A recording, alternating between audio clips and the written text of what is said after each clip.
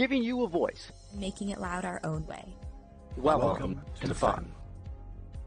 First Updates Now is brought to you by viewers like you. Fun relies on the generous support of our fans in order to continue to keep creating content. Please consider donating, giving bits, or subscribing.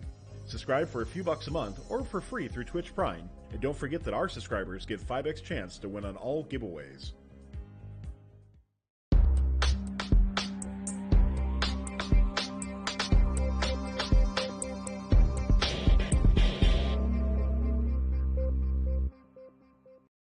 Hello everyone and welcome to the 3507 Robotheosis Robot in One weekend.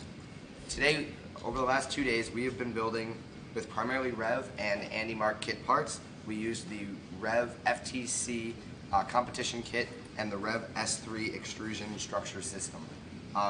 So I'm sitting with Benji and Ethan on my right and Max and Matthew on my left. So we're going to talk with them and figure out what their teams and the rest of everyone's been working on. So Matthew, do you want to tell me what you've been working on? Yeah. What does this do? It's not really a bot yet. So it's not a bot, but it is a intake system with a lift as well. And so we started off with our idea for the intake, which would be using some sort of wheels. And we came up with the idea that it would be beneficial if we were able to filter out the squares. So when the squares come in here, the squares just fall out, but it retains the circles, or the spheres. And so that allows us to more easily score and not have to like score one jewel or one silver and then one gold. It just allows us to do one at a time. And we started with that. We started using cardboard for that. And then we went to plastic, and we added on some more rigid material because we noticed that it gave too much, but then we realized that it was still giving too much, so we switched to all hard plastic, and which we used to bend. We bent it with a plastic bender, and we're using these are the Andy Mark compliance wheels, and this durometer was working really well for us, but we did not get the chance to experiment with the other durometers. We have the core hex motors, controlling the wheels, and we're just direct driving them. And basically this whole system is the 15 millimeter Rev extrusion with the Rev brackets. And so here for the lift, we have this, it is the X-Rail from Robotics. And so the way it works is we have another core hex motor in the back right here, and it basically just pulls this string up. I can actually demonstrate. Should I? Sure. Yeah. All right. So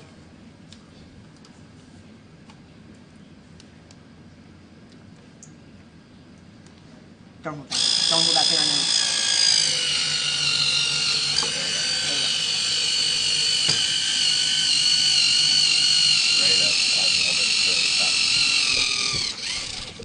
So that is the lift, and at the moment it's pretty slow, but we plan on increasing the speed by using by having this be a larger diameter. And so that is our lift, and we experimented with different linear slide, but we found that this was the most sturdy because we didn't have to use two for it, which we really liked. So yeah, that's pretty much this, and we hope to be able to mount this onto some sort of chassis. But Awesome, Matthew. So, what is this? What kind of linear slide is it, and what system? I said it's the X-Rail from okay, Robotics. Yeah. What kind of wheels did you guys use, and what are these motors? So these are the Andy Mark compliance wheels and the Rev core hex motors. All right, perfect. That's really cool. Max, do you want to talk about your bot over there? What kind of system did you guys use? What design did you? So, the bottom portion... Sorry, I'm going to interrupt you for a quick sec, Max. Sorry, guys, I forgot to mention, but there's a giveaway that we're going to do a little bit later in this segment. We're giving away, Andy Mark is giving away a Never Rest 20 motor. So Thanks, Matthew. You'll have a chance to win that in a little bit. So Max, tell us what's going on with your bot. So the chassis at the bottom is made out of Andy Mark S3 channel with Omni wheels in the front and Tetrix wheels in the back. Is it in vision now? Yeah. Okay. It has been. Okay. Andy Mark S3 channel, Omni wheels, and Tetrix wheels. Then there are 3 Never Rest motors and surgical tubing intake. Let's see here. So for the chassis, we wanted a general idea. We had a general idea of C chassis, but we weren't quite sure how to deal with the hills, so we went through multiple renditions of kind of stacking Andy Mark channel on top of each other and using the lowest channel to put the wheels in. We didn't end up exactly going for that. We applied it in the front, but not towards the back. In the back, it ended up being that just sticking motors on the bottom would allow enough room. We also originally had these wheels a little closer towards the center, but we realized that there wasn't enough. The front here stuck out too much, so we had to move it to the front. And we added middle wheels to make climbing over the hill easier, because if you're climbing over and there's the middle portion gets stuck, so the wheels stop that, then on the top here it's a little top heavy. That's why we have to have these blocks supporting it. It's not completely working right now, but we have a rev linear motion to slide in and out here, and a Never Sport to rotate intake right here.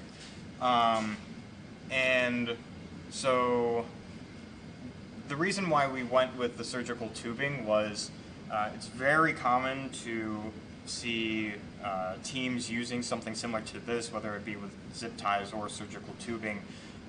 So we wanted to use the same idea in order to take in the gold and silver objects.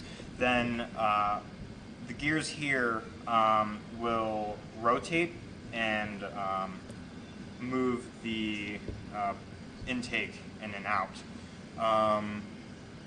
So yeah, that's about it.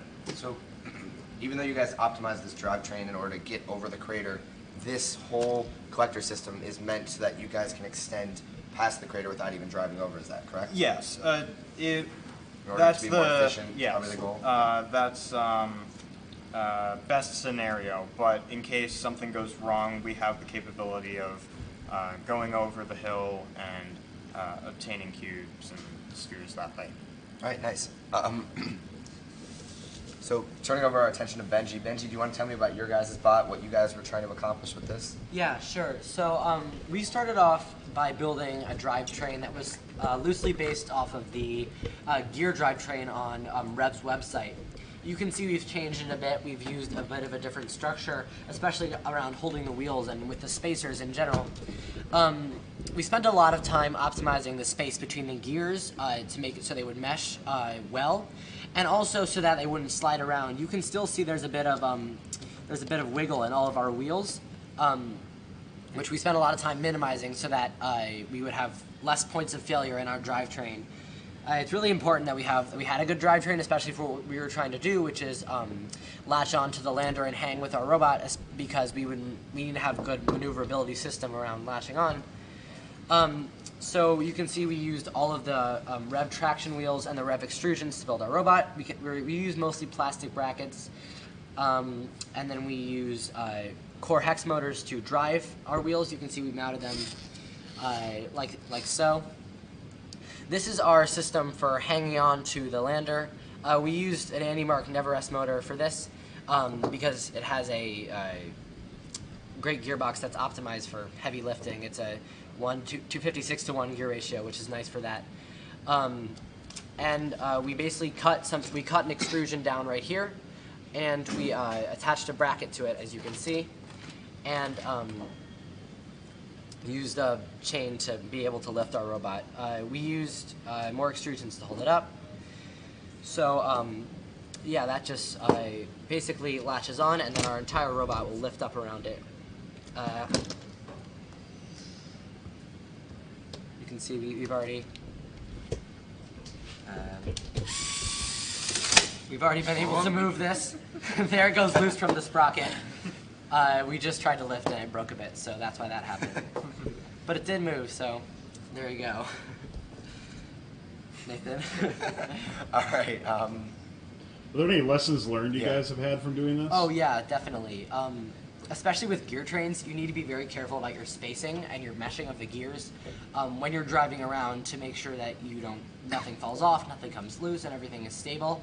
We spent a lot of time today and yesterday working on optimizing our gear train, and especially with lifting the entire robot, you definitely want to have really high gear ratios in the motor and a lot of robustness in your lifting. These gears are only here to hold the motor on in a more stable way, which obviously didn't work. But everything here is stabilized as much as we could. We use metal brackets here instead of the plastic ones for that purpose. Nice. Someone in the chat has Adham14875 has a question for you, Matthew, in the chat. Yep. How high does this X-Rail go? Do you know? So each of these stages is, I believe it is either 12 or 14 inches, and when it's extend, it is high. It's probably 3.5 feet. 3.5 feet, but you lose some to the rollers. Yeah, if this was touching the ground, it can still clear the top of the, what's it called? Not the depot, the lander. Cargo hold. Cargo hold. Cargo hold, yeah, It can yeah. still clear the cargo hold even if this was on the bottom. But from what we've seen, the best way to mount it seems to mount it in the air, so you're clearing it by at least 4 inches. So it's high. And you could always add another stage, or 2 more stages if you wanted. Yeah, nice. So, Ethan, do you want to tell us about your bot? Your guys' bot is the one that can score so far. Every bot's kind of in a work in progress right now. Oh yes. So we started out with the drivetrain. We have a sort of six-wheel drivetrain here, powered with 2 Rev 41 gearboxes. All these 2 wheels are geared 2-to-1 externally, so they end up with a 20-to-1 gear ratio, which turns out to be very fast for the light robot. This center wheel was just to help us get over the crater, and we found that with as light of a robot as we had, we could basically just jump right over it. The chain kind of acted as tracks to help us get over that initial hump, and these wheels really protected the sprockets. But we experimented with taking them off, and we were still able to get over the crater. On top of it, we have a pretty standard 4-bar lift, which is powered by another couple Rev HD hex motors. They're both 40-to-1 as well. This is all some pretty standard Rev extrusion brackets and then the pillow bearings. On that, we have a core hex motor on axle mounted with our wrist and claw setup. So this is how we'll actually end up grabbing the balls and blocks. So we will go down, use a Rev servo with brackets to grab on to whichever element we decide. We then will lift our 4-bar lift up and extend our wrists backwards, and this ends up being high enough we can just drop them into the cargo hold. So it ends up being kind of like it's a pass over, not exactly a pass through. But we can drive up, grab most of the debris from our drivetrain being outside of the crater, drive back, lift up our 4-bar, turn back, and drop into the cargo hold, which ended up being a relatively effective strategy. There were some issues we had with the drivetrain. Ours was not optimized super well. As you can see, there's only one bearing on the front wheels and the back wheels, which made them a little unsturdy. We also had some issues with the programming of the 4-bar wrist and the lift, where they were really hard to control without encoder support. That can definitely be fixed with about a few more hours of programming and some driver practice. Past that, I think it worked pretty well. Yeah, nice. So someone's wondering in the chat, what do you guys think the average robot will be able to do? Do you guys have any thoughts? I think for the first meet, a good place to shoot for would be to have some sort of. I'm guessing that a lot of teams in the beginning are going to go for some sort of claw, because it's a lot simpler than some sort of intake and then finding out how to score. So I'm guessing that a lot of robots in the beginning are going to have a similar claw to this, but maybe a linear actuator, kind of like ours, rather than an elevator lift. But I think that most robots will be able to score into the cargo hold or into the depot. Nice. Okay. Any other thoughts? I think it really will depend on the level of competition. Like you said earlier, competitions, I think you'll see robots that are a linear slide with a claw on the end and a stand at the bottom. You start latched, extend down, and just sit on the ground all game, and then extend back up, grab on, and hang, because that's worth 80 points. And that's really nothing to scoff at early league meets when you can build something like that in 4 days. Yeah. Once you get up higher, it's really hard to tell what teams will be able to do. I think we'll probably start seeing full autonomouses in a few months here. Yeah. I mean, I think we're going to keep working. We might have some autonomous in the next week or two to show off to you guys with these robots. I'm trying to think, do you guys have anything else you want to share about your specific designs or anything else you worked on this weekend? I can talk a little. So, another thing I remember that we didn't love about this claw system, these brackets, these little edges of our bracket ended up getting in the way a lot of grabbing objects that were on the ground. So if this block is on the ground, for example, we're only contacting it with this little edge of metal instead of a big plate like this. So we definitely would want to use something other than that for that. Let's see, the angle of this made it really tough to grab 2 objects at once, so we ended up only going for 1 at a time, which slowed us down a good bit. Yeah. One thing is that since these are not the same types of extrusion, it was pretty difficult to find a way to sturdily connect them, and right now it is actually only being held together by 3 screws. It was previously held together by 1 screw, but that piece of metal broke. So I think that that's one thing that we struggled with that we definitely want to improve on, is having a more sturdy way of mounting our intake to our lift, because right now you can see it can turn a lot, which is definitely not a good thing. Yeah, if you guys want to learn more about these robots, I mean, we're going to continue talking. If you guys have questions, send them to us now. You can, in the next week or two, you can go to the 3507 Robothiosis Francis W. Parker Robotics website. You can go to fwparker.org/robotics. I can throw that in the chat in a moment, and we'll have on our website all the resources about how you can guys build this. Some of the CAD, like we have a CAD model for this. We'll have the link to Rev's instructions on how to build the base kit for the gear train, and then you can also go to the 3507 YouTube channel, and most probably the First Updates Now YouTube channel, and we'll have a lot of videos about these robots, how we built them, and showing how they work even more in depth than we can show you right here at the table. What was your guys' favorite parts about this weekend? I definitely enjoyed when we got the gear train to work and we finally finished programming. I know I'm not someone who's done a lot of programming in the past, and I finally learned how to connect everything with the phones and the programming, and that was great when we got that working. It's definitely a robust drivetrain. It can't quite go over the crater wall, but it's very close, and I think with some modifications, maybe bigger wheels, it definitely could. So yeah, I really enjoyed that process.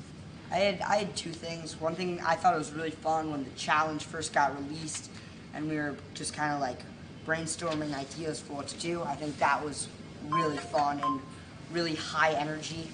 And I also really enjoyed once we got it from being, we realizing how far we came in just 2 days from having a cardboard model to having a nice bent plastic with like real extrusion. That when we got to this sort of clear plastic intake, that felt really good.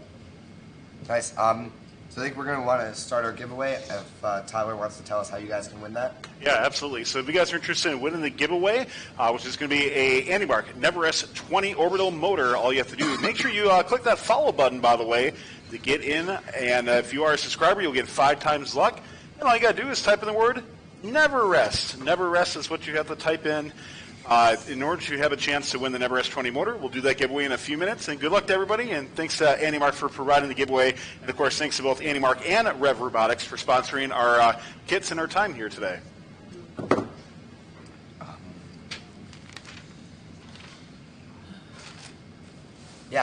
So type in NeverS in the chat so you can win that motor. Trying to think, anything you guys want to talk about, share with the viewers, bring up for discussion. Did you guys have any ideas that you thought about but didn't end up going with, and why? What do you think? Oh, yeah.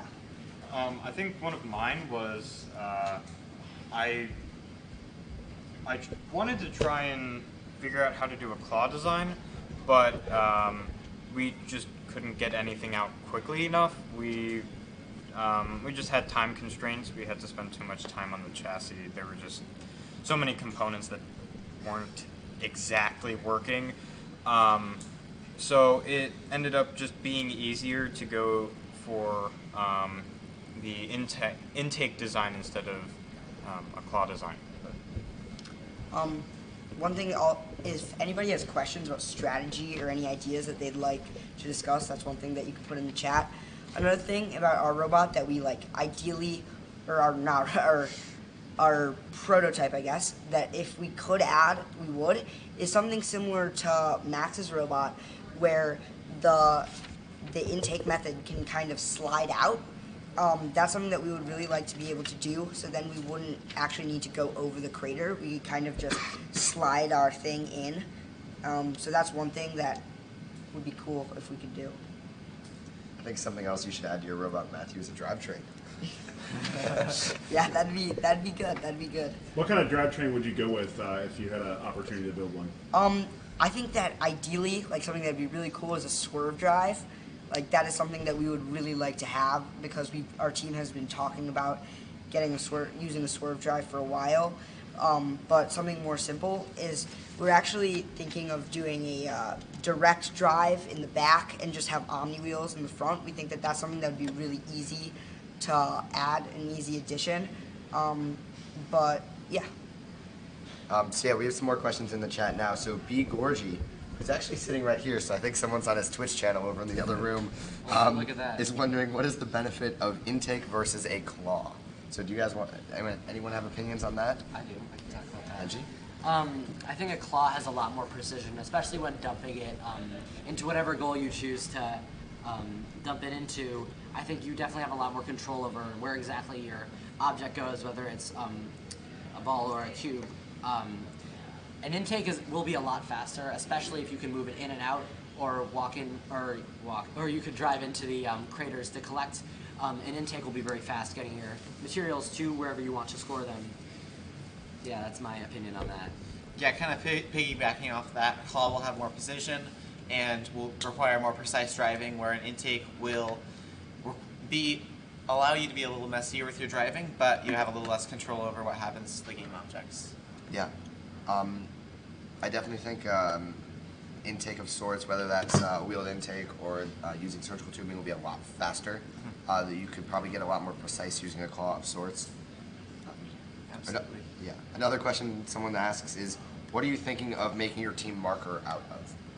It's actually something we totally forgot about for this weekend. Unless we actually were talking about that. You were talking about that? Okay. So we were thinking about if we could have some sort of we want to have something that we'd be able to put into our intake. But that's hard because it has to be kind of big. So we were thinking that if we could have a 4-inch diameter like wiffle ball, like as your team marker, as our team marker, that we could kind of just like, cause like we can store two 2-inch diameter, so like it would be feasible. Yeah, I know. It'd be feasible to adapt it to be able to hold a 4-inch diameter sphere, and that we could hopefully shoot out, but we don't know how well that'd work. hold two 2-inch. Doesn't mean you can hold one 4-inch. Yeah, but like Okay, Matthew. one of the dimensions. Something, yes. All right, that's interesting. Anyone else think about any ideas? I was thinking just pretty standard, something that's kind of oblong, taller than it is wide, and has a big, heavy base, so it doesn't fall over as easy, and is a little more precise when you set it down. It really just depends on the robot and what kind of mechanism. If you can have a dual-purpose system, like having a claw hold your team marker for a little while, that requires less mechanical complexity, will be easier to build, and more likely more sturdy. I mean, if you want a really simple team marker, you could just find a block of wood that's big enough. Yeah, absolutely. Write your number on two sides, a block of wood, and as long as you can place it or, I don't know, use momentum to shove it into Or your... even a piece of foam from last year. Or even a piece of, a piece of foam from a glyph. It's just, it can be something simple, or you can go all out and make it something really cool. But I'm definitely excited to see some of the teams. I bet they'll have really cool Creativity, markers, yeah. Yeah, so another chance to send us more questions, guys, if you have any. Probably take one more before we Yeah, I have think to we wrap can take up. one more.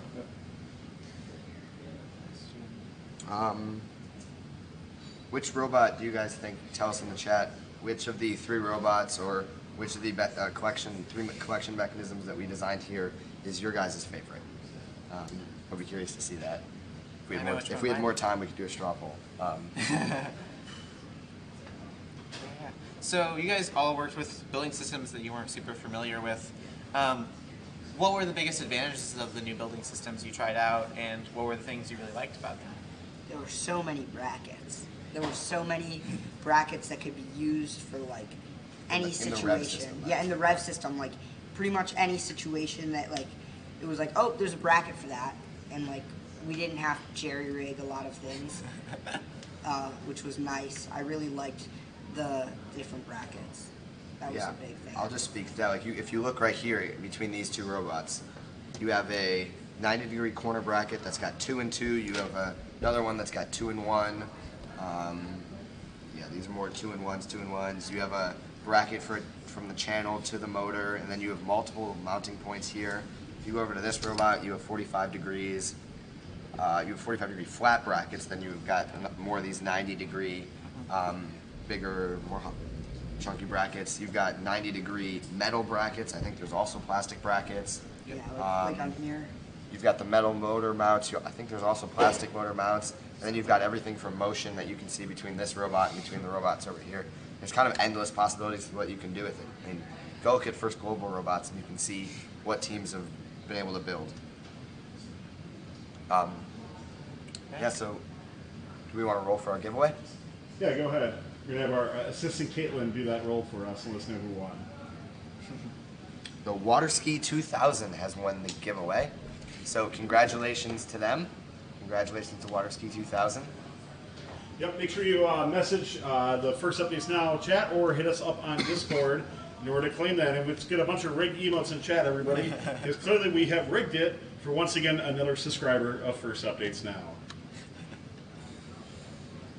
Yeah, any last words, guys, before we head out? Have fun Start with this cleaning year's up? building.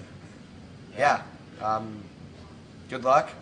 We're going to be producing, Ethan and I, and some new hosts throughout this year that you're going to see throughout the next few weeks, are going to be producing a lot of new content about this Rover Ruckus game. In the coming weeks, we're going to be having a discussion similar to this, but a little more in depth with other teams' Robot in One weekends, and do a little more in-depth strategy discussion.